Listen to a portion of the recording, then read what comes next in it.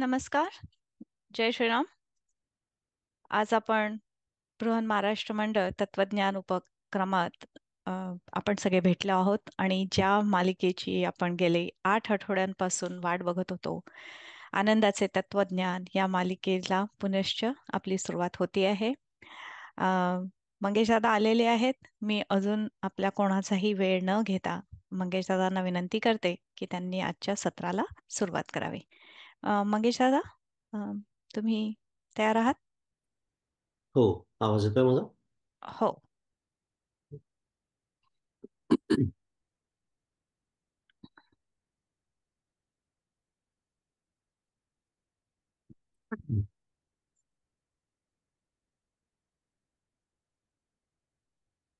गलद्दानगण्डं मिलद्भृङ्गखण्डं चलच्चारुशुण्डं जगत्त्राणशौण्डं लसद्दन्तकाण्डं विपदभङ्गचण्डं शिवप्रेमपिण्डं भजे वक्रतुण्डम्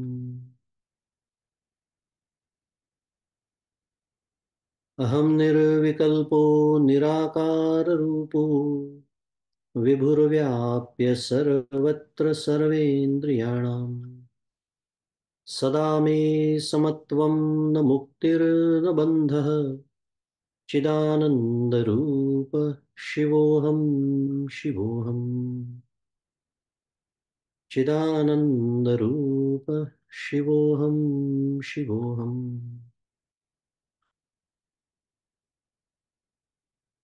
गुरुर्ब्रह्मा गुरुर्विष्णुः गुरुर्देवो महेश्वरः गुरुः साक्षात् परं ब्रह्म तस्मै श्रीगुरवे नमः।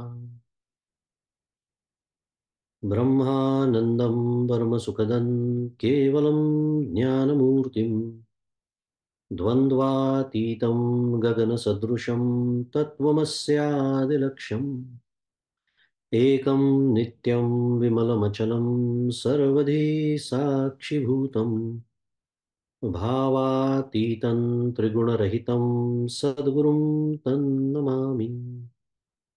श्री सद्गुरुनाथ महाराज की जय।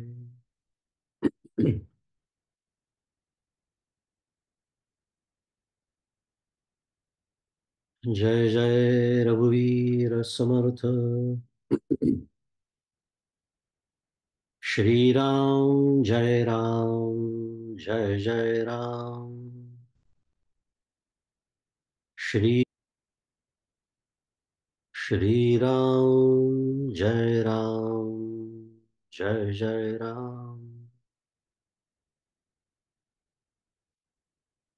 श्री राम जय राम जय जय राम।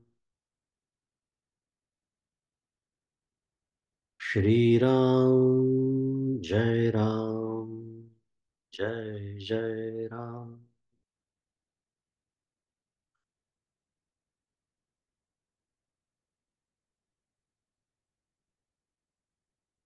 प्रभु श्री रामचंद्र भगवान की जय। श्री सद्गुरुनाथ महाराज की जय। जय जय रघुवीर समर्थ।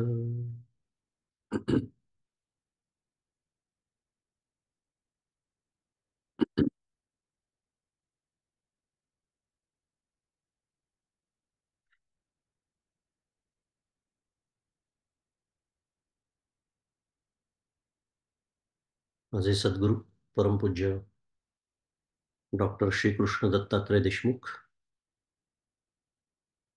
उपाख्य डॉक्टर काका यांच्या श्रीचरणी शिरसाष्टांग वंदन करतो। परमपूज्य मंदाताई गंधे यांच्या चरणी शिरसाष्टांग वंदन करतो। तुम्ही श्रोते जगदीश मूर्ती, तेथे माझी व्युत्पत्ती किती, बुद्धिहीन अल्पमती सलगी करीतो श्रीराम। तुम्हा सर्वांना सप्रेम अभिवादन।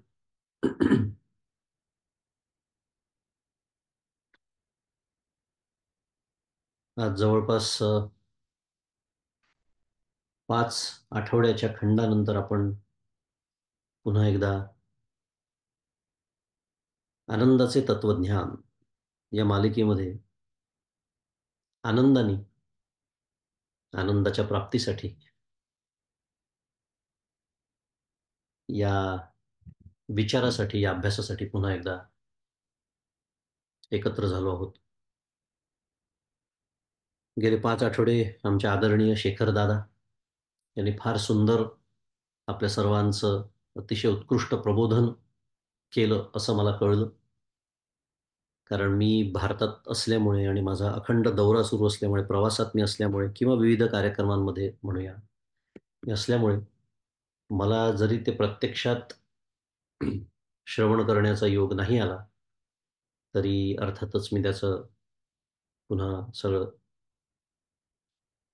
मुद्रण ज्याला म्हणतात, रेकॉर्डिंग ज्याला म्हणतात, ते बघणार आहेच.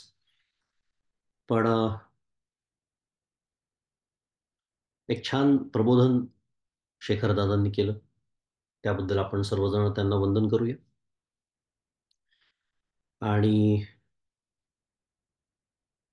आपल्या मालिकेकडे वळूया. आनंदाचे तत्वज्ञान मगाशीच उल्लेख केला मी. या मालिकेच्या अंतर्गत अं, आपण एक थोडीशी उजळणी नेहमीच्या पद्धतीने आणि त्यात बराच खंड आता पडलेला असल्यामुळे परमार्थाचं जे एक आपण एकंदरीत स्वरूप बघतो आहोत, त्या स्वरूपाचा विचार करताना आपण 3 टप्प्यात मांडणी करतो आहोत. व्हाय, व्हॉट आणि हाऊ. त्याच्यामध्ये व्हाय हा टप्पा आपला विचार करून झालेला आहे. कशासाठी परमार्थ करायचा? नेहमी माझा एक आग्रहच म्हणा तुम्ही त्याला राहिलेला आहे, की मी जे काही करतो, ते का करतो? कशासाठी करतो? उद्देश काय आहे? त्यातून मला काय मिळणार आहे? काय मिळणार नाही? हेही तितकंच महत्त्वाचं आहे. जे मिळणार आहे हे महत्त्वाचं आहे, तितकंच काय मिळणार नाही हे समजून घेणे महत्त्वाचं आहे. म्हणजे मग ते आपल्याला मिळतंय का नाही? त्या दिशेने माझी प्रगती होते आहे की नाही? या सर्व गोष्टींकडे आपल्याला लक्ष देता येतं. त्या दृष्टीने आपला जो एक व्हाय हा जो टप्पा मी जो म्हणालो तो झालेला आहे आणि आपण आता व्हॉट नावाच्या टप्प्यामध्ये, दुसऱ्या टप्प्यामध्ये आहोत, की कळलं आता महत्त्व त्याचं कळलेलं आहे. मनुष्यजन्म, मनुष्यदेह प्राप्त झाल्यानंतर हेच एकमेव प्राप्तव्य कसं खरं या जन्मामध्ये आहे, ह्याच प्राप्तव्याने या जन्माचं सार्थक कसं होतं? हे सगळं आपल्याला आता छान कळलं. पण मग आता त्याचं नेमकं स्वरूप काय? अनेक पारमार्थिक संकल्पना असतात. त्यांचं स्वरूप काय? हे आपण बघतो आहोत आणि त्याच्यामध्ये आपण सद्गुरू या विषयाचा, या संकल्पनेचा म्हणूया, सद्गुरू नावाच्या संस्थेचा, मी अनेक वेळा संस्था हा शब्द वापरतो. कारण सद्गुरू म्हटल्यानंतर एक व्यक्ती आपल्या डोळ्यासमोर येते. काही प्रमाणात ते योग्यही आहे. पण आपल्याला सद्गुरू संस्था या दृष्टीने आपल्याला ते समजून घ्यायचं आहे आणि तो विचार आपला सुरू आहे. अं, मागील वेळेला तुमच्या स्मरणात कदाचित असेल, की आपण ह्या संकल्पनेचा गाभा म्हणून आपण 4 प्रकारच्या कृपा समजून घेतल्या. त्याच्यामध्ये ईश्वर कृपा, त्याच्यानंतर सद्गुरू कृपा, शास्त्र कृपा आणि आत्मकृपा. अशा त्या 4 कृपा आणि त्यांच्यामध्ये असलेली एक छान संगती, एका कृपेतून दुसऱ्या कृपेची प्राप्ती कशी होते, हे आपण समजून घेतलं आणि सद्गुरू कृपा या या विषयाचा विचार करताना आपण थोडा अनुग्रह या विषयाला सुद्धा स्पर्श केला होता. अनुग्रहाचं महात्म्य काय? अनुग्रहाचं स्वरूप काय? काय नेमकं अनुग्रहामध्ये होतं? एक समाधीवरचा अनुग्रह म्हणा आणि देहधारी सद्गुरूंनी दिलेला अनुग्रह याच्यातला फरक काय? असे सगळे विचार आपण मागच्या वेळेला केले होते. मी जसं म्हणालो पुन्हा एकदा, की एक उजळणीचा भाग म्हणून आपण आणि पुन्हा एकदा थोडंसं स्मरण आपल्याला आणि आजच्या आपल्या अभ्यासाच्या विषयामध्ये योग्य प्रवेश या सर्व दृष्टीने आपण अ, थोडा वेळ घेऊन आपण हे सगळं बोललो. आणि मागच्या वेळेला मी उल्लेख केला होता, की पुढचे 1-2 सत्र कदाचित आपण अजून सद्गुरू या विषयावरचा जास्त विचार करूया आणि मग त्या विचारांना आपण विराम देऊया. तर ह्या दृष्टीने आज आपण जो विचार करणार आहोत तो सद्गुरू मागच्याला मी जसा उल्लेख केला होता, त्याला सद्गुरू निष्ठा म्हणूया, त्याला सद्गुरू सेवा असाही मी उल्लेख केला होता. हाही त्याचा एक भाग आहे आणि सद्गुरूंचं एक नेमकं स्थान, अ, स्थान म्हणण्यापेक्षाही सद्गुरूंचं नेमकं योगदान. कारण आता आपल्याला सद्गुरू महात्म्य कळलं, आपण अनुग्रहाचे स्वरूप समजून घेतलं, 4 कृपा समजून घेतल्या. पण नेमकं जे स्थान असतं, एक विशिष्ट स्थान, शिष्य त्या तयारीचा झाल्यानंतर, त्या विशिष्ट ठिकाणी तो शिष्य पोहोचल्यानंतर जे एक सद्गुरूंचं महत्त्वाचं योगदान असतं, त्या योगदानाचा आपण आजच्या काय म्हणूया मर्यादित वेळेमध्ये त्याचा आपण विचार करणार आहोत. आपल्याला छांदोग्य उपनिषद नावाचं उपनिषद आपल्याला माहिती आहे. ते आपल्याला सांगतं, उपदेश करतं, की यदेव विद्यया करोति श्रद्धयोपनिषदा तदेव वीर्यवत्तरम भवतीति, असा तो श्लोक आहे. भवतीति म्हणजे भवती इति. यदेव विद्यया करोति. विद्या आपल्याला माहिती आहे, विद नावाचा जो धातू आहे संस्कृतमध्ये, त्याचा अर्थ जाणून घेणे, समजावून घेणे असा होतो. त्यामुळे ही श्रुती आपल्याला असं सांगते, की जे जाणून केलं जातं, जे समजावून केलं जातं, तेच अधिक परिणामकारक असतं, असा या श्रुतीचा अर्थ आहे. अजाणता केलेलं जे साधन असतं, नीट समजून न घेता त्याचं स्वरूप काय, मी जसं सगळं मगाशी जी प्रस्तावना केली, की त्यांनी काय होणार आहे, नेमकं काय होणार आहे, कसं होणार आहे, काय होणार नाही, हे सगळं समजून न घेता जेव्हा आपण एखादं साधन करतो, न जाणता कोटीवरीस, काय समर्थांचं पण या अर्थाची ओवी आहे. साधने केली बरोबरी तरी मोक्षाचा अधिकार होणार नाही. दुसऱ्या अर्थाची ओवी आहे. त्याच अर्थाची दुसरी ओवी आहे, की मोक्ष तर दूरच राहिला. ती ओवी असं सांगते, की त्या मोक्षाचा अधिकारी सुद्धा मी व्हावं. त्यामुळे यदेव विद्यया करोति. अजाणता आपल्याला कुठलंच साधन म्हणा किंवा या क्षेत्रामध्ये आपल्याला अजाणता काही करायचं नाही. जाणून करायचं आहे, समजून घ्यायचं आहे, की तरी काय होणार आहे. ते जास्त परिणामकारक असं आपल्याला, असं हे श्रुती सांगते. आणि ही जी आपली आनंदाचे तत्वज्ञान, ही जी एक काय म्हणूया आपली एक दीर्घ मालिका सुरू आहे.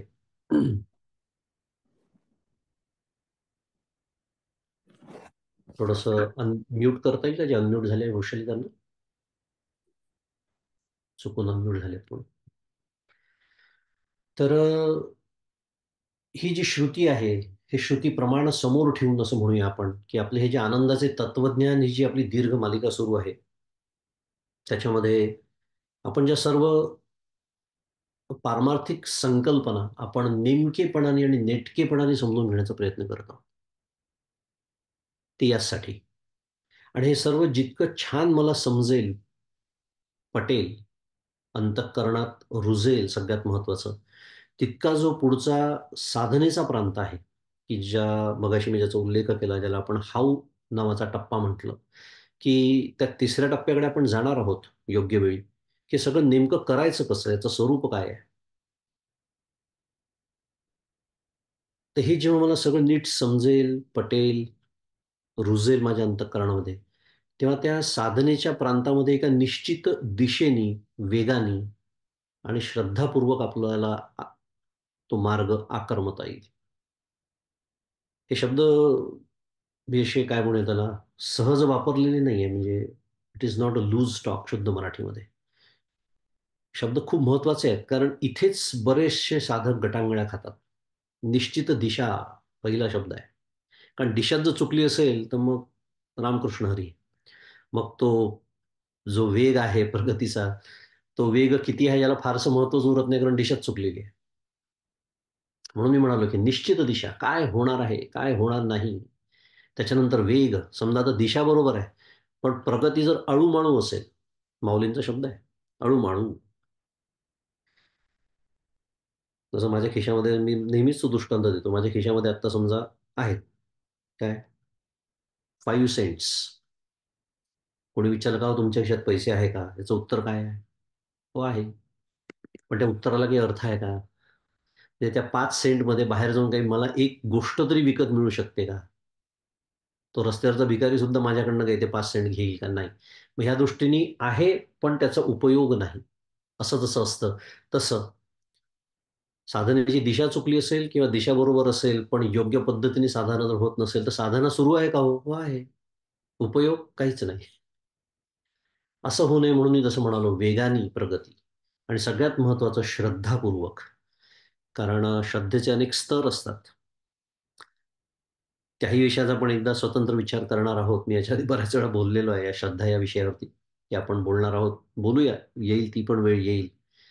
पण श्रद्धेच्या स्तरांचा हा विकास होत असताना जर माझ्या बुद्धीला ती गोष्ट नीट पटलेली असेल, आणि आज जरा आजकालच्या युगामध्ये बुद्धीला पटणं याला जरा जास्तच महत्त्व प्राप्त झालेलं आहे. शुद्ध मराठी टू टू द एक्सटेंट माझ्या बुद्धीला पटेल तेवढंच मी स्वीकारणार. कारण मी जणू काही परमार्थातला आईन्स्टाईन असल्यामुळे. रामकृष्ण हरी, मला काय म्हणायचं आहे ते कळलं असेल तुम्हाला, की जो प्रांत खरं बुद्धीचा नाही, म्हणजे मग आपण हे बुद्धीच्या पातळीवर का समजून घेतोय असा पुढचा प्रश्न येतो. बुद्धीचा प्रांत नाही याचा अर्थ त्या तत्वाला गवसणी बुद्धीसह घालता येत नाही. पण त्या तत्वापर्यंत बुद्धीच्याच आधारे पोचावं लागतं, अशी ती एक गंमतच आहे. पुन्हा वेगळा विषय आहे. पण जर माझ्या बुद्धीला ते पटलं असेल, आजच्या आपल्याला एक शिक्षणाची आजची एक पद्धत म्हणूया, आजच्या विचार करण्याची आपल्या सर्वांना एक लागलेली पद्धत, त्याच्या एक सवय म्हणूया. आपल्या बुद्धीला तर ते पटलं असेल, तर आपली श्रद्धा निर्माण व्हायला सुरुवात होते. म्हणून मी एवढं सगळं बोललो. तर तसा प्रवास आपल्याला करता येतो. आता आपल्या मूळ विषयाकडे परत येताना सद्गुरू सद्गुरूंचं इतकं महात्म्य आपण आत्तापर्यंत ऐकलं. आपल्या ते सर्व लक्षात आहे असं गृहीत धरून मी बोलतोय. नसेल तर पुन्हा बृहन महाराष्ट्र मंडळाच्या कृपेने आपल्याला सगळी दृकश्राव्य मुद्रणं उपलब्ध आहेत. आपण Google क्लासवरून किंवा YouTubeवर जाऊन ते बघू शकतो. पुन्हा एकदा ते महात्म्य ऐकू शकतो. पुन्हा एकदा ते महात्म्य आपल्या अंतःकरणात जागं करू शकतो, जागं ठेवू शकतो. कारण हे फार महत्वाचं आहे. कारण होतं काय, की प्रपंचाची धूळ बसायला लागली, की ती धूळ इतकी घट्ट होत जाते, की नेमकं ती धूळ कशावर बसली आहे, खाली काय आहे, टेबल आहे का खुर्ची आहे, हेही दिसेनासं होतं. इतकी प्रपंचाची धूळ आपल्याला रोज आतमध्ये घेण्याची सवय असते.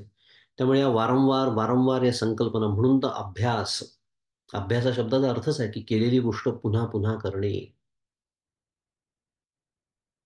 परवाच्या ज्ञानेश्वरीमध्ये येऊन गेला तो विषय. काय? विजातीय प्रत्ययाकार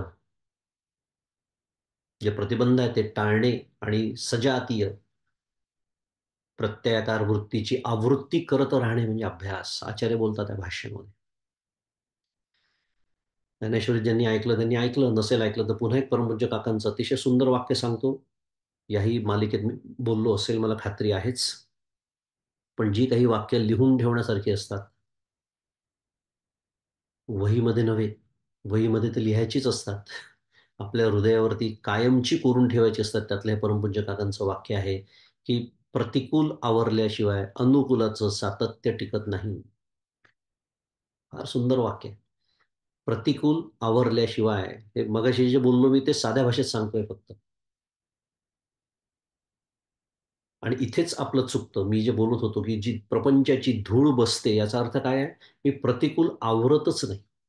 आनंदाचे तत्वज्ञान अगदी श्रद्धेने आपण ऐकतो रविवारी. पण ते झाल्यानंतर पुन्हा ते संपलं, लॅपटॉप बंद केला, की जणू काही त्याचा आणि माझा काही संबंधच उरत नाही. माझ्या पूर्ववत आयुष्याकडे मी वळतो आणि मग ती धूळ आतमध्ये घेत राहतो पुन्हा. म्हणजे काय? प्रतिकूल आवरतच नाही. आणि मग प्रतिकूल आवरत नसल्यामुळे मग अनुकूलाचं सातत्य टिकत नाही. आणि मग आपण तक्रार करतो, का हो, कसं काय? ती होतच नाही साधना. नामस्मरणात लक्षच लागत नाही. प्रेमच निर्माण होत नाही भगवंताचं. तत्वज्ञान एवढं सगळं शिकलो, पण मला जर कोणी विचारलं की काय शिकली तू सांग बरं मला, सांगताच येत नाही कोणाला. पण कोणाला सांगणं एवढं महत्वाचं नाहीये. माझ्या अंतःकरणात ते जागं राहत नाही. ह्या ज्या सगळ्या तक्रारी आपल्या स्वतःबद्दल प्रामाणिक साधकाच्या असतात, ते अनुकूलाचं सातत्य न टिकल्यामुळे असतात. आणि ते का टिकत नाही, तर प्रतिकूल आपण अजूनही आवरायला तयारच नाही. आणि ते तरी का होत नाही? Going back to the basics again. Why हा जो पहिला टप्पा झालाय, त्याचं पूर्णतः विस्मरण झालेलं आहे. हे कशासाठी मी करतो आहे, याच्यातून मला काय मिळणार आहे, हे लक्षात न राहिल्यामुळे, हे लक्षातच राहत नाही, की विषयजनित सुखे सौख्य होणार नाही, हे समर्थांचं सांगणं लक्षातच राहत नाही. आणि अजूनही बाहेरच सुख शोधण्याची धडपड माझी सुरू असते. त्यामुळे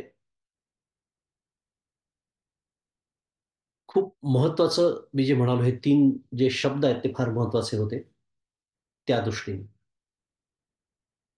आणि त्यामुळे ते महात्म्य पुन्हा एकदा ऐकून घ्यावं, विस्मरणात गेलं असेल तर, ज्याच्यासाठी एवढी सगळी पुन्हा एकदा प्रस्तावना केली.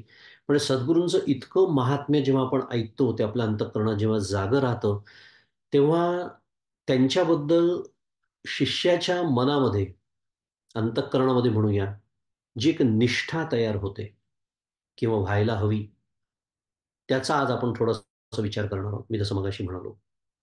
श्री गुरुनिष्ठा म्हणा, सेवा त्याचाच एक भाग म्हणून सद्गुरू सेवेचाही आपण विचार करणार आहोत. तर विवेक चूडामणीमध्ये आचार्यांच्या वाणीतून आपण शिकलो अगदी सुरुवातीला. काय? दुर्लभम त्रयमेवैतत् देवानुग्रह हेतुकम मनुष्यत्वम मुमुक्षत्वम महापुरुष संश्रय. हा सुंदर श्लोक आहे. दुर्लभम त्रयम एव एतत् देवानुग्रह हेतुकम. आचार्य म्हणतात आहे की मनुष्य देह काय आहे, दुर्लभ काय आहे? मनुष्यत्वम, मनुष्य देह. मुमुक्षत्वम, मोक्षाची इच्छा जी आपल्या सर्वांना आहे, म्हणूनच आपण इथे सर्वजण जमलेलो आहोत. आनंदाचे तत्वज्ञान म्हणा, जे काय असेल पारमार्थिक वाङ्मय, त्याचा अभ्यास करण्यासाठी. आणि सगळ्यात महत्वाचं महापुरुष संश्रय, म्हणजे सत्पुरुषांचा आश्रय. या 3 गोष्टी काय आहेत? अत्यंत दुर्लभ आहे असं आचार्य म्हणतायत. आणि या दुर्लभ गोष्टी आपल्याला कशा प्राप्त होतात? तर देवानुग्रह हेतुकम, ईश्वराच्या प्रसादाने मिळतात. आणि हा विचार आपण मागच्या वेळेला छान सविस्तर केलेला आहे. आणि म्हणूनच सर्वात पहिली कृपा जी आपण बघितली, ती ईशकृपा हीच आहे. ईशकृपेतूनच मग पुढे सद्गुरु कृपा आहे. त्याच्यातूनच पुढे मग सद्गुरूंच्या कृपेने शास्त्रकृपा आहे. आणि मग त्याच्यातून पुढे शेवटची आत्मकृपा, ज्याचा मागच्याला खूप छान विचार केला. आता ह्यातलं जे मनुष्यत्व आणि मुमुक्षत्व याचा बराच विचार आपण केलेला आहे याच्या आधी. आणि तो होतही राहील या मालिकेच्या निमित्ताने. पण आत्ता आपला जो विषय आहे तो महापुरुष संश्रय, म्हणजे सद्गुरू म्हणा, सत्पुरुष म्हणा, सद्गुरू म्हणा,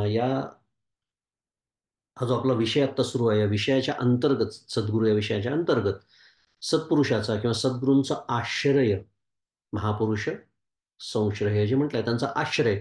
आणि म्हणूनच निष्ठा. या गोष्टी अतिशय निगडीत आहेत. आपण कल्पना करू शकतो की आपण आश्रय कोणाचा करतो? ज्याच्याबद्दल आपल्याला निष्ठा असते, प्रेम असतं, श्रद्धा असते, त्याचाच आश्रय आपण करणार आहे. दुसऱ्या कोणाचा आश्रयाला आपण जाणं शक्यच नाही. त्यामुळे सद्गुरूंचा आश्रय म्हणा किंवा त्यांची निष्ठा म्हणा किंवा त्याला श्री गुरुनिष्ठा असंही आपण म्हणू शकतो, याचा आपण विचार आज करतो आहोत.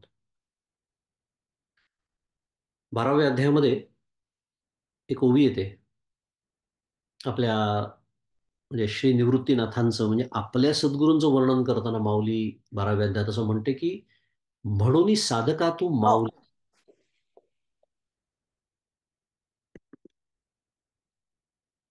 म्हणून साधका तू माऊली, पिके सारस्वत तुझी या पाऊली, या कारणे मी सावली न संडी तुझी.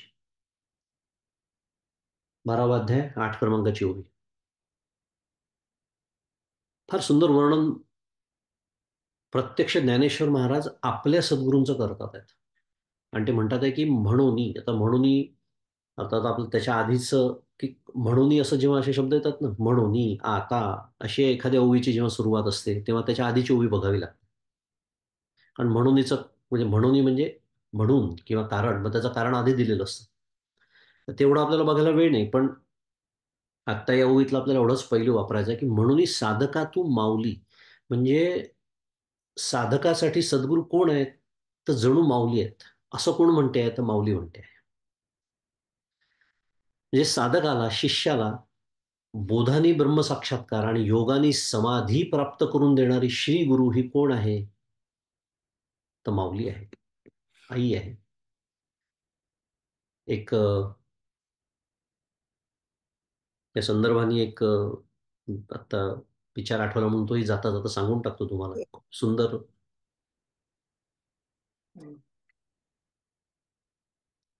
खूप सुंदर विचार आहे. माझ्या सद्भाग्याने आता गेले 11 दिवस मी आळंदीतच होतो.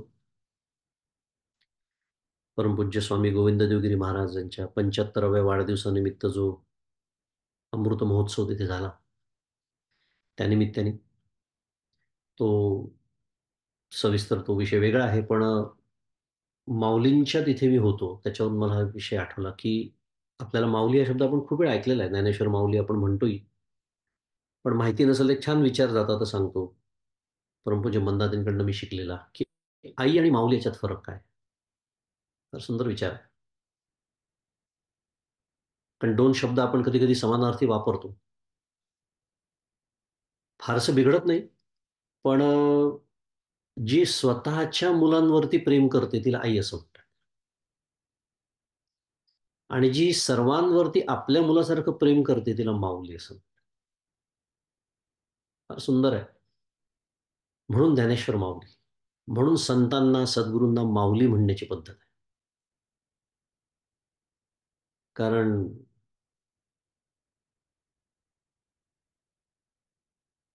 शुचीचैन श्वपाकेन ब्राह्मण गवी हस्तिनी वगैरे हा जो भगवद्गीतेचा श्लोक आहे किंवा या अर्थाचे अनेक श्लोक आणि ओव्या की सर्वांवरच पुत्रवत प्रेम करणारे जे संत, त्यांना माऊली म्हणतात. असो, मी जसं म्हणालो थोडंसं विषयांतर, पण माऊली शब्द इथे आला. श्री गुरूंना माऊली म्हणतात आहे, ज्ञानेश्वर माऊली. कारण बोधानी त्यांना ते ब्रह्मसाक्षात्कार घडवतात, योगाने समाधी प्राप्त करून देतात आणि पिके सारस्वत तुझी या पावली, म्हणजे त्या श्रीगुरूंच्या चरणकमलांवरती सर्व विद्या, अगदी सारस्वत म्हटल्यामुळे त्याच्यामध्ये रसपूर्ण काव्य आलं, त्याच्यामध्ये वक्तृत्व आलं, सगळं काही आलं, हे इत्यादी पिकतं म्हणजेच तिथे ते निर्माण होतं. आणि या कारणे मी सावली, हा शब्द खूप महत्वाचा आहे, न संडी तुझी, की या कारणाने मी तुझी ही सावली म्हणजे श्री गुरुनिष्ठा जो आपला मुख्य विषय आज सुरू आहे, ती मी कधीही सोडणार नाही. असं कोण म्हणताय? असं ज्ञानेश्वर महाराज त्यांच्या सद्गुरूंच्या बाबतीत म्हणतात. मी काय म्हटलं पाहिजे माझ्या सद्गुरूंच्या बाबतीत?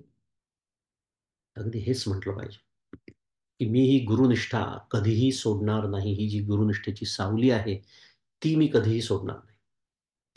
आणि या ओवीमध्ये माऊली आपल्याला श्री गुरुनिष्ठा शिष्यानी का सांभाळायची, महत्वाचा विषय मगाशी मी जसं म्हणालो. कारण हा का फार महत्वाचा आहे. त्याचा नेहमी हट्ट असला पाहिजे आपल्याजवळ. आपण जर स्वतःला फार सुशिक्षित, शहाणे समजत असू, तर प्रत्येक गोष्टीची शुद्ध मराठीमध्ये क्लॅरिटी, स्पष्टता, स्वच्छता असली पाहिजे.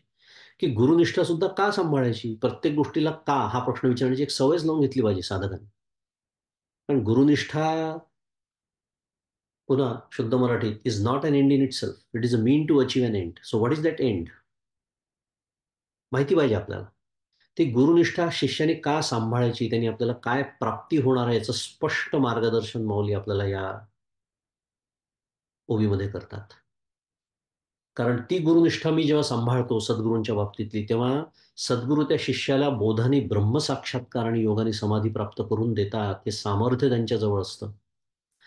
पण ही श्री गुरुनिष्ठा सांभाळण्याची जबाबदारी जी आहे, ती मात्र प्रामुख्याने कोणाची असते? अर्थातच शिष्याची असते.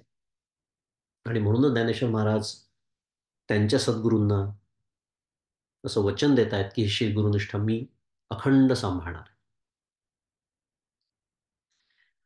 आणि ती जी कृपारूप सावली आहे ती जर आपण सोडली, ती गुरुनिष्ठा जर आपण सोडली, तर माऊलींनी आत्ता जे वर्णन त्या ओवीमध्ये केलं, जे मी 2-3 वेळा सांगितलं, त्या सर्व गोष्टींना आपण मुकतो.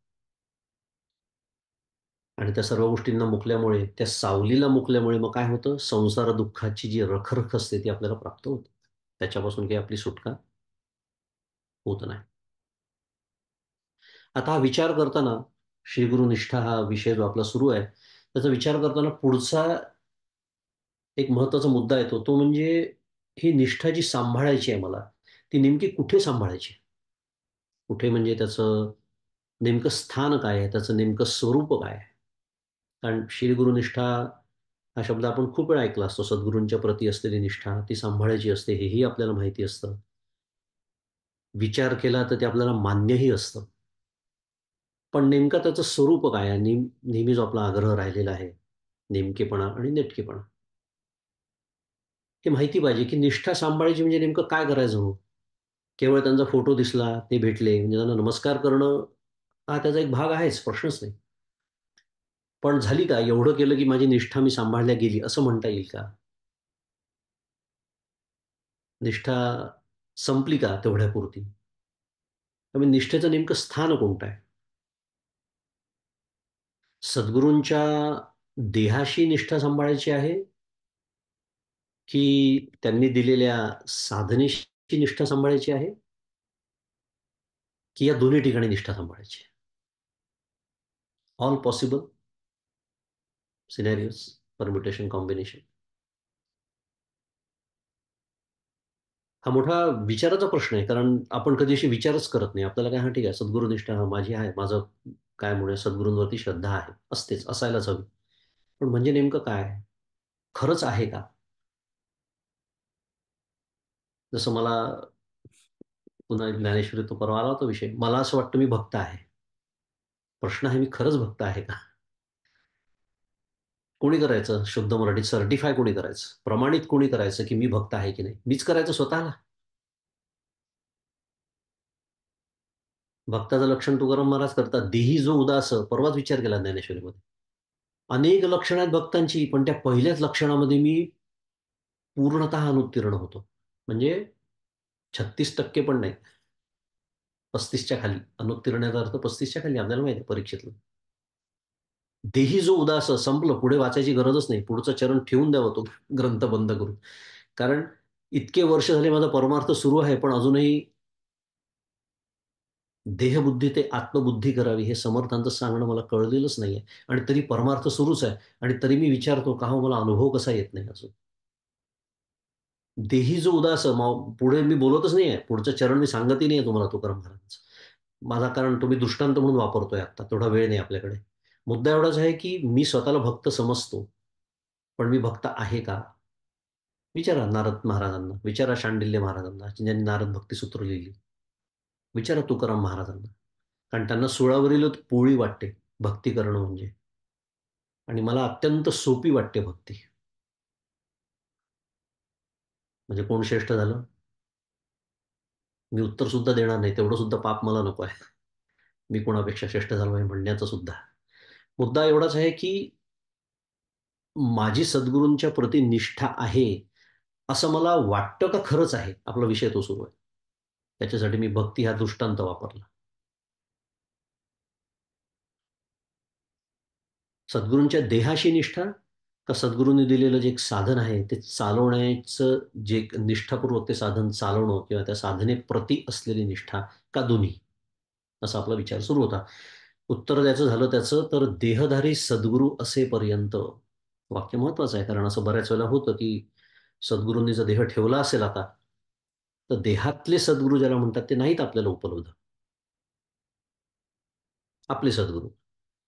सद्गुरू हे तत्व मानल्यानंतर सद्गुरू आहेतच, अखंड आहेत. तो विचार आपण बऱ्याच वेळेला केलेला आहे. कारण जोपर्यंत अज्ञान या जगामध्ये आहे, तोपर्यंत ज्ञानदान, ज्ञानप्रदान करणारी सद्गुरू नावाची संस्था अस्तित्वात राहणारच आहे. त्यामुळे पण देहधारी सद्गुरू असेपर्यंत ज्या देहाच्या माध्यमातून एक-एक शब्द महत्वाचा आहे, म्हणून मी जाणीवपूर्वक हळू बोलतो. मी खूप वेगाने पण बोलू शकतो, पण मी हळू बोलण्याचं कारण ते आहे, की एक-एक शब्द खूप महत्त्वाचा आहे आणि त्याचा तो आशय आपल्याला पकडता आला पाहिजे आणि तेवढा वेळ मी तुम्हाला देतो. तो आशय पकडून आपल्याला पुढे जायचं आहे, की ज्या देहाच्या माध्यमातून, इथे माध्यम शब्द फार महत्त्वाचा आहे, जो आपण खूप वेळा विचार केलेला आहे सद्गुरू या संकल्पनेमध्ये. ईश्वर तत्व जे आहे किंवा ईश्वर जो आहे किंवा सद्गुरू तत्व म्हणजेच ईश्वर तत्व म्हणजे सद्गुरू, माझ्यावरती म्हणजे शिष्यावरती कृपावंत होतात. त्या देहाशी निष्ठा सांभाळली जाणं, त्याची यथामती, यथाशक्ती सेवा करणं इत्यादी गोष्टी स्वाभाविक आहेत आणि आवश्यकही आहेत. परंतु, हा परंतु फार महत्वाचा आणि म्हणून मी हा प्रश्न मुद्दामून उपस्थित केला कारण बऱ्याच ठिकाणी असे प्रश्न मनामध्ये असतात, गोंधळही असतो त्या संदर्भात. त्यामुळे जाता-जाता आपल्याला सगळं स्वच्छ करतच जायचं आहे. आपला विचारच तो सुरू आहे. आपण या टप्प्यामध्येच आहोत. की हे तर आवश्यकच आहे, स्वाभाविकही आहे. त्यात गैर काहीच नाही. हा परंतु फार महत्वाचा आहे. परंतु या देहनिष्ठेपेक्षा किंवा या काय म्हणूया त्याला दुसरा शब्द व्यक्तिनिष्ठेपेक्षा ज्या तत्वाच्या प्राप्तीकरता ही देहनिष्ठा मुळात जपायची असते, त्या तत्वावरील निष्ठा आणि म्हणूनच सद्गुरू प्रणीत त्याच सद्गुरूंनी त्याच तत्वाच्या अनुभवाकरता मला जी साधना सांगितलेली आहे, त्या साधनेवरील निष्ठा ही जास्त महत्वाची आणि श्रेष्ठ आहे. मगाशीच म्हणालो मी, हळू बोलतोय मुद्दाम. So that you get time to sink it in. शुद्ध मराठी? मला खूप आवडतं शुद्ध मराठी. मला स्वतःला लवकर कळतं. तुमच्यासाठी नाही बरं का हे, माझ्यासाठी बोलतो. सिंक इन वगैरे म्हटलं की हां, आता कळलं काय म्हणायचं. आतमध्ये ते रुजण्यासाठी, जिरण्यासाठी, सिंक इन होण्यासाठी हळू बोलतोय.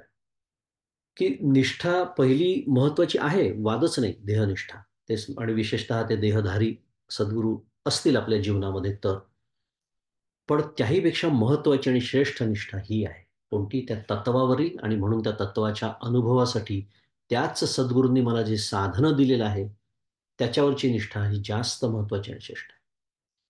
आणि हे लक्षात न राहिल्याने खूप सावधगिरीने मी बोलतोय, अनेक संप्रदायांमध्ये देहनिष्ठेचं अवडंबर आपल्याला आज माजलेलं दिसतं आणि त्या मानाने तत्वनिष्ठेला दुय्यम स्थान दिलेलं आपल्याला आढळतं. अगदी साधारण भाषेमध्ये मी बोलतोय. आणि बहुतांश वेळेला हा जो दोष आत्ता आपण बोललो, हा दोष शिष्य वर्गाकडे येतो. कारण त्या संप्रदायाचे जे धुरीण असतात, त्यांचा फार मोठा उद्देश असतो, ज्या कारणाने त्यांनी तो संप्रदाय सुरू केलेला असतो. पण ती जी शिकवण असते, तो जो बोध असतो, तो हळू-हळू, हळू-हळू पातळ व्हायला लागतो. डायल्यूट शुद्ध मराठीत. आणि असं तरी का होतं? कारण बहुतांश शिष्यवर्ग जो असतो, त्याला सोप्या गोष्टींचं आणि म्हणूनच स्थूल गोष्टींचं आकर्षण जास्त असतं. बोलणं थोडंसं गूढ वाटत असेल, तर थोडं स्पष्टता. उदाहरण, की समजा देहधारी सद्गुरू आहेत. तर वर्षातून एकदा मुरगुडला जाणं. आता मी एक उदाहरण देतोय. मुरगुड माझे सद्गुरू तिथे असतात म्हणून. वर्षातून एकदा, 2 वर्षातून एकदा मुरगुडला जाणं, तिथे 2 दिवस राहणं आणि मग तिथे सेवा करणं. आता त्या सेवा हा शब्द आणि तो विचार आपण नंतर करणारच आहोत. पण समजूया सेवा जशी करायला हवी तशी मी केली. असं गृहीत धरून मी हे बोलतोय. ते सेवा करणं, 2 दिवस तिथे राहणं. हे समजा मी 2 वर्षांनी मुरगुडला गेलो, तर 2 वर्षांनी मुरगुडला जाऊन 2 दिवस तिथे राहून ती सेवा करणं, हे 2 वर्ष अखंड साधना सांभाळणं याच्यापेक्षा तुलनेने सोपं आहे की नाही? अर्थातच सोपं आहे. कारण सेवा किती वेळ करतो मी करून-करून? कल्पना करा. काही मिनिटं, काही तास. त्या मुरगुडला जाणं हे सुद्धा माझ्यासाठी काय असतं, ट्रिप असते. जरा कठीण विषय आहे, पण कधीतरी हे आपल्याला कळलं पाहिजे, की आपल्याला नेमकं आकर्षण कशाचं आहे. मी एखाद्या नरसोबाची वाडी, अनेक स्थान आहेत. गोंदवले असेल आहे. जिथे जिथे कुठे आपण जातो तिथे नेमकं मी हे प्रामाणिक जो साधक आहे ना त्यांनी करायचे विचार आहेत बरं का, तरच परमार्थामध्ये प्रगती आहे. की मला जावंसं वाटतंय नरसोबाच्या वाडीला, गोंदवलेला जावंसं वाटतंय, सज्जनगडावर जावंसं वाटतंय, जे कुठलं स्थान असेल, शेगावला जावंसं वाटतंय, तपासून पाहायचं हे जावंसं वाटणं जे आहे ना ते नेमकं कशासाठी आहे. मुरगुडला जाता जाता नरसोबाची वाडी रस्त्यात लागते म्हणून मी नरसोबाच्या वाडीला जातोय. सज्जनगड रस्त्यात लागतो, साताऱ्याच्या जवळच आहे, थोडं अर्धा तास तिकडे गेलं, स्वतःची गाडी आहे म्हणून मी जातोय, का मला खरंच समर्थांचं प्रेम आहे म्हणून मी जातोय. मला त्या जत्रेचं आकर्षण आहे. कोणीतरी सांगितलं तिथे उकडीचे मोदक फार छान मिळतात. कठीण आहे, मी कठीण जास्त बोलत नाही, पण हे काय आहे हे असं जोपर्यंत मी माझं अंतःकरण तपासत नाही, मग ते नरसोबाची वाडी म्हणा किंवा ते जे काय देवस्थान असेल त्याला काय, कारण त्याला काय 10 सेकंद लागतात नमस्कार करायला. तशी तिथे उभं राहूच देत नाही जास्त वेळ आपल्याला, इतकी गर्दी असते तिथे. पण माझं आकर्षण कोणतं, ती उकडीचे मोदक कोणत्या रेस्टॉरंटमध्ये मिळतात, त्या मित्राकडनं तो पत्ता व्हॉट्सअपवरती, त्याचा फोन नंबर, हे सगळं चौकशी, ते जास्त महत्वाचं. आकर्षण नेमकं मला कशाचं, कशासाठी मी जातो आहे. आपला विषय काय सुरू आहे, ह्या ज्या स्थूल गोष्टी आहेत, की मी केलेली सेवा दिसते लोकांना, ती मला दाखवाविषयी वाटते, याला तर दंभच म्हटलेलं आहे परमार्थामध्ये. पण ती तुलनेने करणं सोपं आहे, ते स्थूलातलं काम आहे.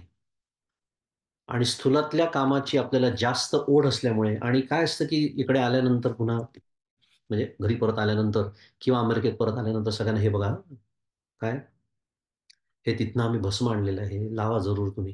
म्हणजे काय, एक थोडंसं मिरवल्यासारखे होतं. अरे बापरे, काय श्रद्धाळू आहे ती लोक, दरवेळेला गेले की अगदी शेगावला जाऊन आल्याशिवाय येतच नाहीत. महाराज म्हणतात तुझं काम झालेलं आहे, तुझा माझा आता संबंध काय, म्हणजे मी मुकलो कोणाला, महाराजांना. शेगावला जायचं कशासाठी असतं, महाराजांसाठी. सज्जनगडावर जायचं कशासाठी असतं, समर्थांसाठी. मग हे करू नये का, अजिबात नाही. त्याला नावं ठेवणं सुरूच नाहीये, हे जरूर करावं. अगदी आणावा सगळ्यांसाठी, अंगारा आणावा, प्रसाद आणावा, तो द्यावा सुद्धा सगळ्यांना. उद्देश तो नसावा,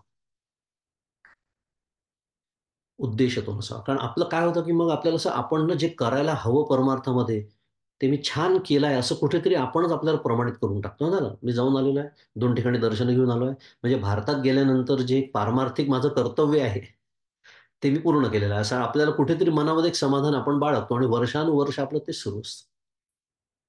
पण मला कुठे ओढ लागली आहे, महाराजांची ओढ, समर्थांची ओढ, सद्गुरूंची ओढ, त्या ओढीने जातोय का मी? कधी एकदा त्यांचं दर्शन घेणं असं होतंय का मला? बहुतांश वेळेला उत्तर नाही असतं. विषय आपला सुरू होता की हा दोष शिष्यवर्गाकडे येतो, याचं कारण ते आहे, की आपल्याला सोप्या आणि स्थूल गोष्टींचं आकर्षण जास्त असतं. आणि जेव्हा श्री गुरु निष्ठा जो आपला विषय सुरू आहे, त्याचा जेव्हा मी एक सम्यक साकल्याने विचार करतो, तत्वनिष्ठेला जास्त महत्त्व देतो, तेव्हा त्याच्या आपल्याला 2 भागामध्ये त्याचा विचार करता येतो. त्याला आपण नावच द्यायची झाली तर त्याला आपण साधननिष्ठा असं म्हणूया, मगाशी मी जसं बोललो. आणि दुसरी सेवानिष्ठा. मी जसं, देहधारी सद्गुरू असतील तर सेवेचं महात्म्य आहेच, प्रश्नच नाही. तर हा जो काही आपला आज उर्वरित वेळ आहे त्याच्यामध्ये आपण याचा, या दोन, हे जे पैलू आहेत श्री गुरुनिष्ठेचा जो आपला मुख्य आज विषय आहे त्याचा विचार करूया. जेवढा विचार करणं शक्य आहे उर्वरित वेळेत तेवढा करूया, उरलेल्या वेळेत उरलेला विषय पुढच्या वेळेला तो विषय आपण सुरू ठेवू. साधननिष्ठा, त्याचा एक पहिला एक अंग म्हणूया श्री गुरुनिष्ठेचा. त्याच्यामध्ये त्याचा मुख्य, त्याचा जो भाग आहे, त्याचं जे अंग आहे ते म्हणजे सद्गुरूंनी दिलेलं जे साधन आहे, ते अत्यंत श्रद्धेने, दृढतेने आणि नियमित चालवणं. पुन्हा मी म्हणालोय, शब्द फार महत्वाचे आहेत, श्रद्धेनी. कारण श्रद्धेशिवाय खरं सांगू का, कशालाच अर्थ प्राप्त होत नाही. कशालाच अर्थ प्राप्त होत नाही. कारण केवळ सद्गुरूंनी मला हे साधन दिलं आणि मी ते केलं पाहिजे, ही म्हटलं ते एक श्रद्धाच आहे, पण फारच प्राथमिक पातळीवरची श्रद्धा आहे. त्याला श्रद्धा पण म्हणावं कसा एक प्रश्नच आहे. पण आता काय आहे, बुद्धीच्या पातळीवर मला कळलेलं आहे की नाही, त्याचं महत्व आहे, केलं पाहिजे. पण जेव्हा या प्राथमिक पातळीवरची जेव्हा श्रद्धा असते ना, तेव्हा नियमित होत नाही साधन. आपण सबबी सांगतो, कारणं सांगतो. अनुभवाचे विषय आहेत. सर्व साधकांच्याही अनुभवाचे विषय आहेत. श्रद्धा अजून पुरेशी निर्माणच झालेली नाही.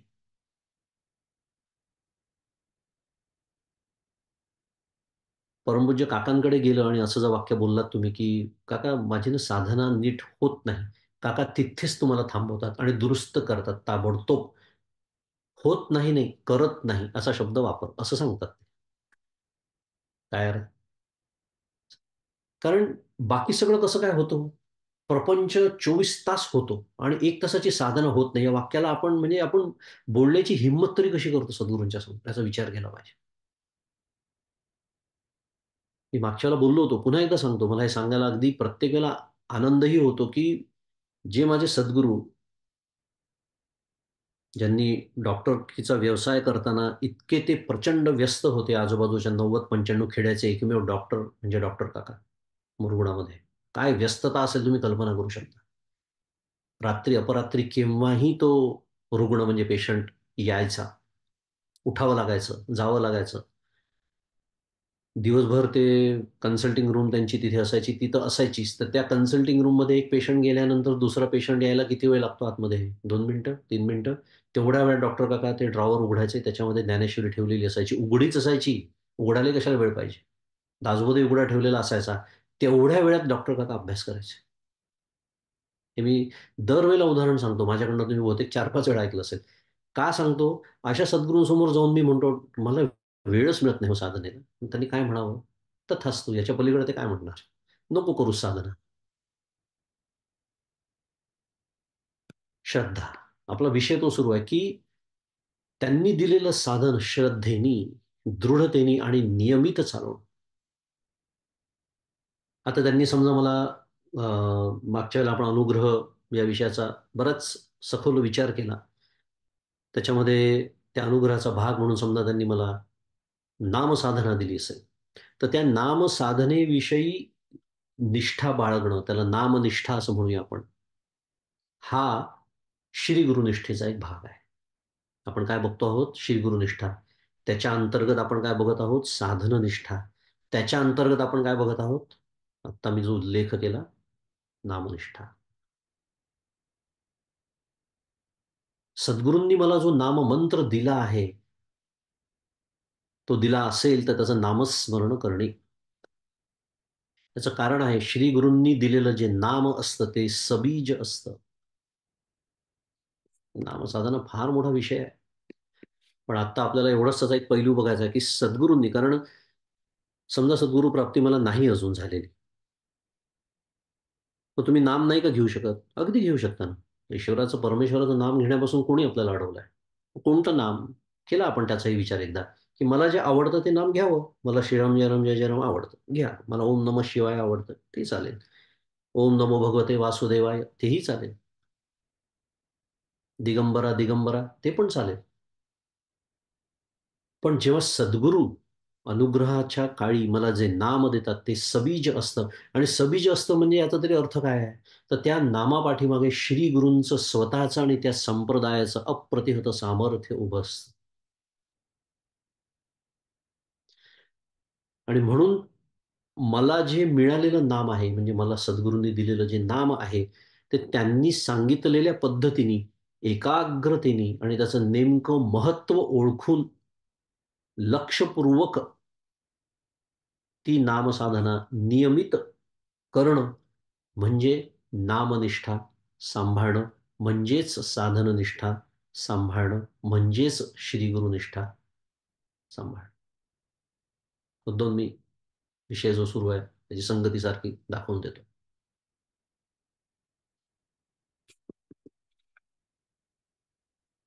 बहु चांगले नाम या राघवाचे, अति साजिरे स्वल्प सोपे फुकाचे, करी मूळ निर्मूळ घेता भवाचे, जीवा मानवा हेची कैवल्य साचे. मनोबोध, श्लोक क्रमांक 88. काय म्हणतात ते समर्थ? बहु चांगले नाम या राघवाचे, अति साजिरे स्वल्प सोपे फुकाचे. मला श्लोक आत्ता का आठवला? कारण नामसाधना मला सद्गुरूंनी दिली, पण होतं काय कालांतराने. सुरुवातीच्या काळात नाही होत. सुरुवातीच्या काळामध्ये नवीन नवीन साधन मिळालेलं असतं. अगदी उत्साहाने तो साधक शिष्य साधना करतो. पण नंतर हळू अगदी आपल्या नकळत काय व्हायला लागतं माहितीये का? कारण काय होतं, तेही का होतं ते सांगतो. माझ्या बुद्धीनी, कारण मी स्वतःला अत्यंत बुद्धिमान समजतो, फार हुशार समजतो. चौफेर वाचन असतं माझं. काय असतं? चौफेर. त्याला शुद्ध मराठीमध्ये व्होरॅशियस रीडर असं म्हणतात. म्हणजे काय? जे माझ्या हाताला लागेल ते वाचायचं. कोणी एखादा ग्रंथ आणून दिला तो वाचायचा. बाहेर बाजारात जाऊन विकत आणायचा, वाचायचा. YouTubeवरचे सगळे व्हिडिओ मी बघितलेच पाहिजे असा माझा आग्रह नेहमीच राहिलेला आहे. जे माझ्या समोर येईल, मग ते गोंंदवलेकर महाराजांपासून तर जे कृष्णमूर्तींपर्यंत. का बरी 2 नावं घेतली मी? गोंंदवलेकर महाराज म्हणजे काही विशेष असं नाही. ज्ञानेश्वर महाराज म्हणा, कोणीही म्हणा, ते जे कृष्णमूर्तींपर्यंत. कारण एक सद्गुरूंशिवाय दुसरं काही बोलायलाच तयार नाही आणि दुसरे म्हणतात सद्गुरूंची गरजच नाही. म्हणून मी हे 2 टोकं दाखवून देण्यासाठी 2 नावं घेतली बरं. चौफेर वाचन आणि माझ्याकडे या सगळ्याची एकवाक्यता करण्याची प्रगल्भता ना बौद्धिक, ना वैचारिक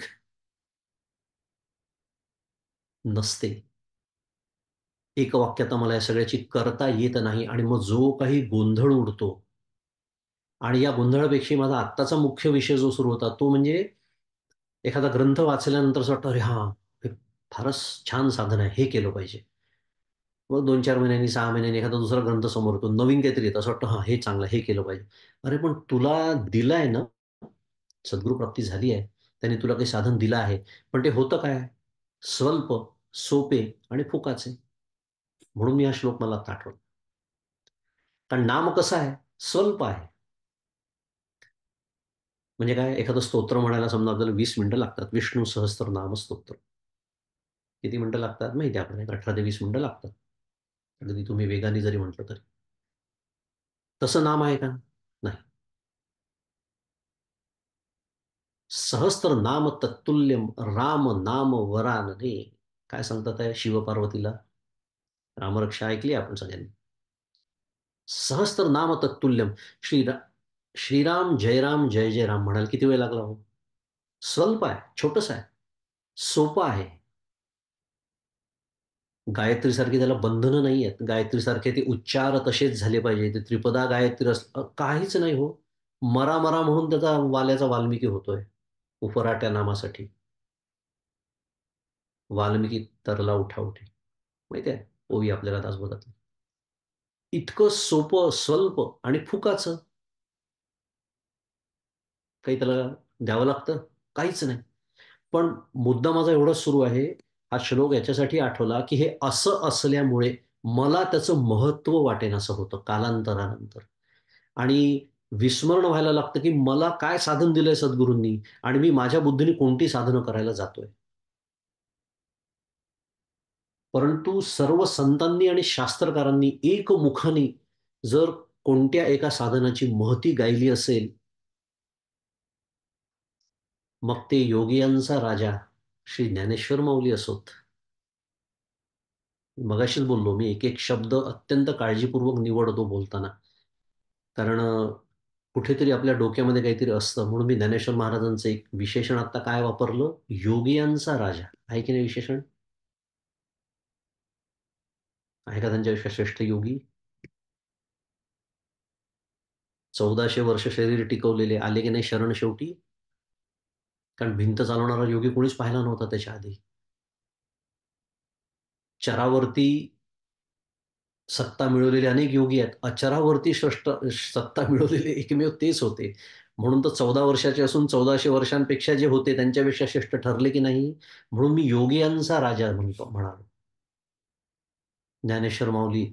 त्यामुळे योगियांचा राजा असलेले श्री ज्ञानेश्वर माऊली असोत, की जे म्हणतात, "नाम जप यज्ञ तो परम, न बाधू शके स्नानादी कर्म." नामे पावन धर्माधर्म, नाम परब्रह्म वेदार्थी. आहे ना ओवी ज्ञानेश्वर महाराजांची?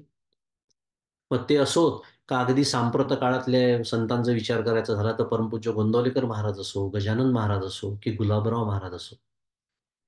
नामाचं महत्त्व गायलं नाही असा संतच नाही.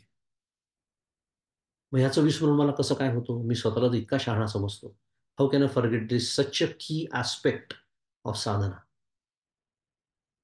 की अरे वेगवेगळ्या संतांनी वेगवेगळ्या साधना सांगितल्या असतील, पण एक साधन आहे ज्याला अपवादच नाही, की सर्व संतांनी, सर्व शास्त्रकारांनी, आणि मला जर त्याचं महत्त्व वाटत नसेल, मला तर ते स्वल्प सोपे फुकाचं वाटत असेल, म्हणून त्याचं महत्त्व जर मी गमावून टाकत असेल, कारण ते स्वल्प आहे, कारण ते सोपं आहे, कारण ते फुकाचं आहे, तर दोष कोणाकडे आहे? आणि हे जर मी करत नसेन, तर माझ्या गुरुनिष्ठेला धक्का लागलेला आहे की नाही? आहे. कारण माझ्या नामनिष्ठेला धक्का लागलाय, म्हणजेच माझ्या साधननिष्ठेला धक्का लागलाय, म्हणजेच माझ्या गुरुनिष्ठेला धक्का लागला. त्या साधननिष्ठेचा पुढचा पैलू आहे तत्वज्ञाननिष्ठा. कारण हे जे नामाचं महात्म्य आत्ता मी सांगितलं, त्याच्यामागचं तत्वज्ञान आपल्याला चांगलं समजणं आणि ते लक्षात ठेवून नामसाधना करणं आवश्यक असतं. त्यामुळे त्याला म्हटलं तर तत्वज्ञाननिष्ठा असं एक छान नाव देता येईल आपल्याला त्याला. आणि हे जे तत्वज्ञान आहे, हे श्रीगुरुमुखातून ऐकणं, याला माझे सद्गुरू परमपूज्य डॉक्टर काका मणिकांचन योग असं म्हणतात. फार सुंदर शब्द आहे मणिकांचन योग. कारण तत्वज्ञान तर ग्रंथातही आहे. तत्वज्ञानाची काय आहेत, प्रवचनं पण आहेत, त्याचे मुद्रणं आहेत, ध्वनिमुद्रणं आहेत, ऐकता येतात, YouTubeवर आहे, सगळीकडे आहे. पण नाही, ते तत्वज्ञान श्रीगुरुमुखातून ऐकणं, याला मणिकांचन योग म्हटलेलं आहे. याचं कारण आहे, हे जे ग्रंथ आणि हे सगळं आहे, ते सगळे मेडिकल स्टोअर्स आहेत. आपण जातो ना मेडिकल स्टोअरमध्ये, दुकानात जातो. आपण म्हणतो का, तुमच्याकडे किती आहे? हां, किती 1200 औषधं आहेत. द्या बरं सगळे, प्रत्येक औषधाची एक-एक गोळी द्या. असं असतं का? कधी नाही. मला जो रोग झालेला आहे, मला जे डॉक्टरनी प्रिस्क्रिप्शन दिलेलं असतं, ते घेऊन जातो की नाही आपण? आणि तेवढंच औषध घेऊन आपण येतो. कारण मला तेवढ्याच औषधाची गरज आहे. मला कोणत्या औषधाची गरज आहे, हे जे जाणतात त्यांनाच तर सद्गुरू म्हणतात. ते स्वतः मेडिकल स्टोअर आहेत, पण ते मला सगळी औषधं देत नाहीत. मला ज्याची गरज आहे तेवढीच देतात. आणि म्हणून त्यांच्या श्रीगुरुमुखातून ते ऐकणं, ह्याला मणिकांचन योग परमपूज्य काका म्हणतात. आणि हे तत्वज्ञान जर मला नीट समजलं नसेल, तर त्या साधनेमध्ये, त्या विचारामध्ये कुठे ना कुठेतरी संदिग्धता राहून जाते. आणि मग श्री गुरुनिष्ठेची एक जी सावली अपेक्षित आहे, ती ती सावली जो एक अपेक्षित गारवा मला देणं अपेक्षित आहे, तो मला मिळत नाही. उदाहरणार्थ, व्यवहारामध्ये म्हणा, प्रपंचामध्ये सुख-दुःखाचा तरंग उठणं स्वाभाविक आहे. काही गोष्टी समजून घ्यायच्या असतात. परमार्थामध्ये मी नेहमीच जसं म्हणतो, की काय होणार आहे, तसं काय होणार नाही, हेही माहिती पाहिजे. लोकांना असं वाटतं, की मग काय पारमार्थिक म्हणजे माणूस मग तो काय दगडासारखा होतो का? त्याला काहीच सुख-दुःख काही नसतं का? असं नाहीये. संतांना सुख-दुःख झाली नाहीत का? झालीत ना. त्याची उदाहरणं पाहायला आत्ता आपल्याकडे वेळ नाही. त्यामुळे सुख आणि दुःख होणं हे स्वाभाविक आहे. त्याला परमार्थामध्ये कुठेही विरोध नाही. सुखे संतोषानं यावे असं माऊली म्हणते. सुखच होऊ देऊ नका असं म्हणाले का माऊली? नाही. सुखाचा तरंग उठणं स्वाभाविक आहे, पण त्या तरंगाचं रूपांतर लाटेत होऊ देऊ नका, हे माऊली सांगते. म्हणून सुखे संतोषानं यावे, दुःखे विषादानं भजा. आणि हे होऊ न देण्यासाठी परमार्थामध्ये तत्वज्ञानाची नितांत आवश्यकता आहे. आणि हे तत्वज्ञान म्हणूया, हा विवेक म्हणूया, हा विचार म्हणूया, अखंड सन्निध ठेवणं, याला काय म्हणतात? तत्वनिष्ठा असं म्हणतात. तत्वनिष्ठा पुन्हा एकदा ही साधननिष्ठेचा भाग आहे आणि साधननिष्ठा ही सद्गुरुनिष्ठेचा भाग आहे. आपली आजची वेळ झालेली आहे. नेहमीप्रमाणेच वेळ कशी संपते, कधी संपते कळत नाही. पण वेळेची मर्यादा आपल्याला पाळावीच लागते. त्यामुळे सद्गुरुनिष्ठा हा फार सुंदर, फार छान विषय आहे. अतिशय मंगल पवित्र असा विषय आहे. त्याचं पावित्र्य, मांगल्य आपणच टिकवायचं आहे. नास्तिक लोकांनी जो कोणी बुद्धिभेद करू बघत असेल, तर त्याला उत्तरं देण्याचं सामर्थ्य आणि ती स्पष्टता, निस्संदिग्धता माझ्याजवळ असली पाहिजे.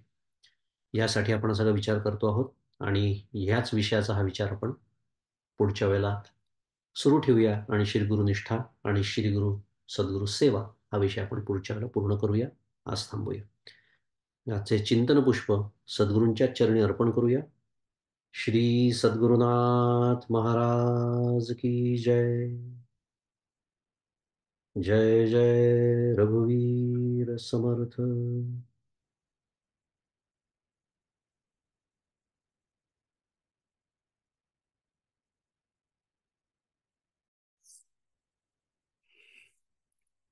परमपूज्य मंगेश दादा, तुम्हाला इथून नमस्कार करते. अजिबात असं वाटलं नाही की मध्ये 6 आठवड्यांचा काही अवधी गेलेला आहे. अजिबात तुम्ही ते छान इतकी सुंदर उजळणी त्याच्यात आजचा विषय सुरू केला. तुम्हालाच आमची खूप काळजी असं म्हटलं पाहिजे. पुन्हा एकदा तुम्हाला नमस्कार करते आणि आपण आता भजन सेवेकडे वळणार आहोत. आज आपल्याला भजन सेवा देण्यासाठी तेजस्विनी काळे आपल्यात उपलब्ध आहेत. तेजस्विनी काळे ह्या मेरीलँडला राहतात आणि तिथून ते आज आपल्याला भजन सेवा देणार आहेत. ते ऑर्गॅनिक केमिस्ट आहेत आणि पेटंट एजंट म्हणून सध्या काम करतात. गाणं शिकले आहेत.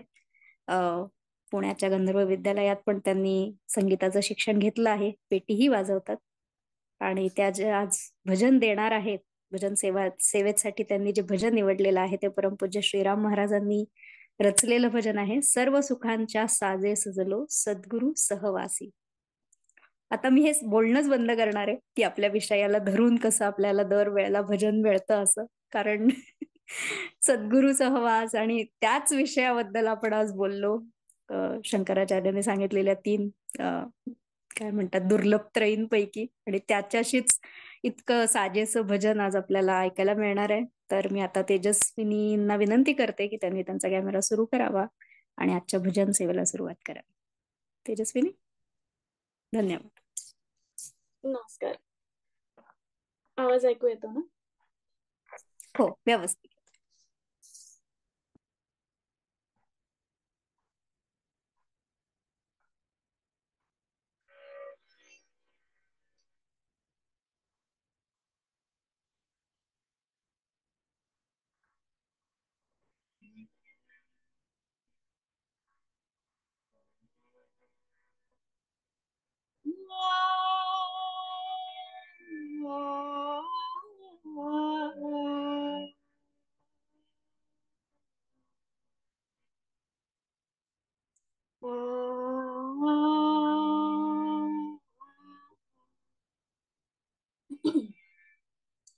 सर्व सुखाच्या साजे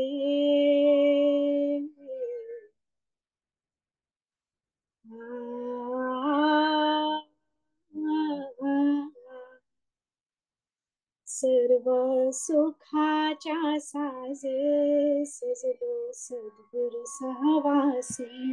सर्व सुखाच्या साजे सजलो सद्गुरु सहवासी. सर्व सुखाच्या साजे सजलो सद्गुरु सहवासी. सजलो सद्गुरु सहवासी. सजलो सद्गुरु सहवासी. सजलो सद्गुरु सहवासी. सर्व सुखाच्या साजे सजलो सद्गुरु सहवासी. स्वयेची सन्मुख स्वरूपी समरस समर्थ सेवेशी. स्वयेची सन्मुख स्वरूपी समरस समर्थ सेवेशी. सत्संगाने सहज समाधी. सत्संगाने सहज समाधी सम्यक स्वरूपाशी. सर्व सुखाच्या साजे सजलो सद्गुरु सहवासी. सर्व सुखाच्या साजे सजलो सद्गुरु सहवासी. सहज सुसंधी सर्वही सेवा साध्य सज्जनासी. सहज सुसंधी सर्वही सेवा साध्य सज्जनासी. समता साध्य स्वरूपी सगळी. समता साध्य स्वरूपी सगळी सुमनी स्मरणासी. सर्व सुखाच्या साजे सजलो सद्गुरु सहवासी. सर्व सुखाच्या साजे सजलो सद्गुरु सहवासी. सहज स्वराने स्वर संधानी स्मरणे सद्गुरुशी. सहज स्वराने स्वर संधानी स्मरणे सद्गुरुशी. सहजची समरस सदा स्वधर्मी. सहजची समरस सदा स्वधर्मी सत्य स्वरूपाशी. सर्व सुखाच्या साजे सजलो सद्गुरु सहवासी, सर्व सुखाच्या साजे सजलो सद्गुरु सहवासी. सत्कर्माची सुगंध सुमने समर्पी सद्गुरुशी, सत्कर्माची सुगंध सुमने समर्पी सद्गुरुशी. सोहम भावे सदैव स्मरणे, सोहम भावे सदैव स्मरणे सद्गुरु स्वरूपाशी, सर्व सुखाच्या साजे सजलो सद्गुरु सहवासी, सर्व सुखाच्या साजे सजलो सद्गुरु सहवासी.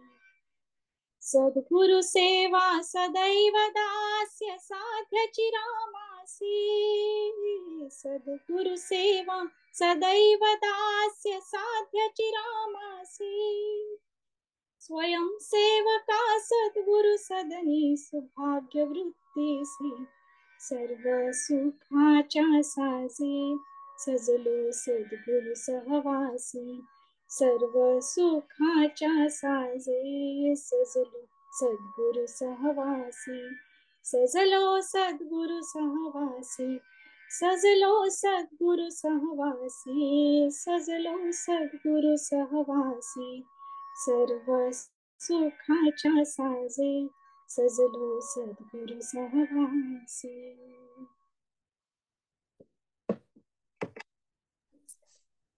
श्री सद्गुरुनाथ महाराज की जय. वा, खूप छान झालं तेजस्विनी, खूपच सुंदर झाली भजन सेवा आणि असं एकदम अनुप्रास अलंकारातलं भजन आहे असं वाटलं. खूप